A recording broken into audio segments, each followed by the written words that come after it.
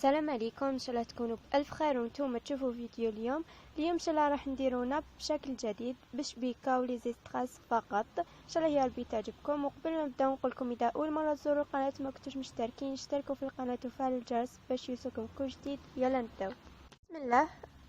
انا بديت قطعت مربع وطويته على 2 وقطعته على شكل مثلثات كما راكم تشوفوا. طويته على 4 ومن بعد قصيته هكذا. انا درت شكل نجمه، نتوما تحبوا ديروا اي شكل تحبوه ديروه. هكا طويته وقصيت على 3. ناخذ شبيكه تاعنا نطويها على 4 كما طوينا الورق تاعنا هكا، ومن الافضل نثبتوه. انا خدمت ديريكت بيدي وقصيته لي جهه واعر تثبتو وتقطع هكذا.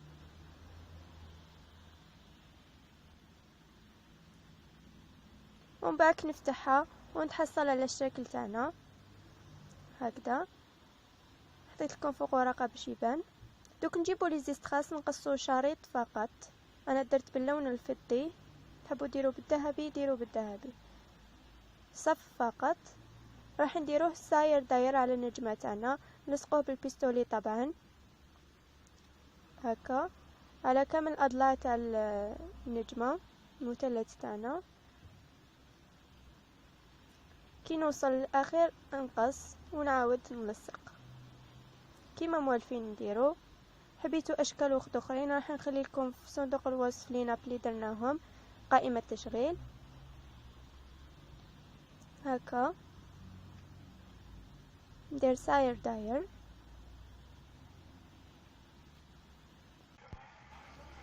واللي حبت دير صفين من لي زيستراس تقدر دير.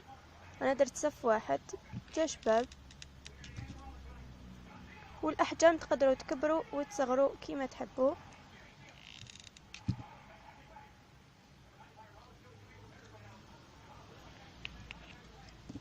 هكا. كل ما ندير نلصق. واذا شفتوا البيستولي تاعكم سخن بزاف طفيوه وواسو باش ما يتحرق لكمش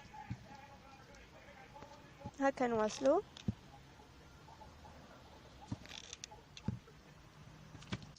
وقبل ما نبداو حبيت نشكركم على تعليقاتكم الشابه اللي راكم تخلوها لي، اللي راهي تشجعني اني نجيب لكم المزيد ان شاء الله. دوكا نجيبوا شريط من زيستراس ونديروه في نهايه الضلع، في الضلع اللي مقابله نلصقوه كما راكم تشوفوا. كل من نهايه مثلث نديرها مع النهايه الاخرى كما راكم تشوفوا، وندير كامل اشكال هكاك. ونجيب زيستراس باللون الفضي، راح ندير 4 على شكل مربع نديرهم هنايا كما راكم تشوفوا ونلصقوهم بالبيستولي ايضا. راح تخرج بزاف شابه الماب هذه، ان شاء الله تجربوها وتعجبكم.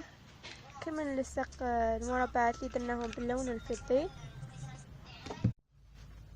دوك نجيبوا عقاشه فقط من اللون الفضي راح نحطها في الوسط. اذا حبيتوا ديروا مربع كما درناه في الاضلاع تقدروا ديروا. راح ندير عقاشه فقط في الوسط. وخدموا العدد اللي حبيتوا 6 8 راح حسبوا لكم حتحطوهم في لاكوافيز ولا في طابلو دو نوي كما تحبوا هكذا. هاي الكناب تاعنا بعد ما كملناها. انا خدمت 2.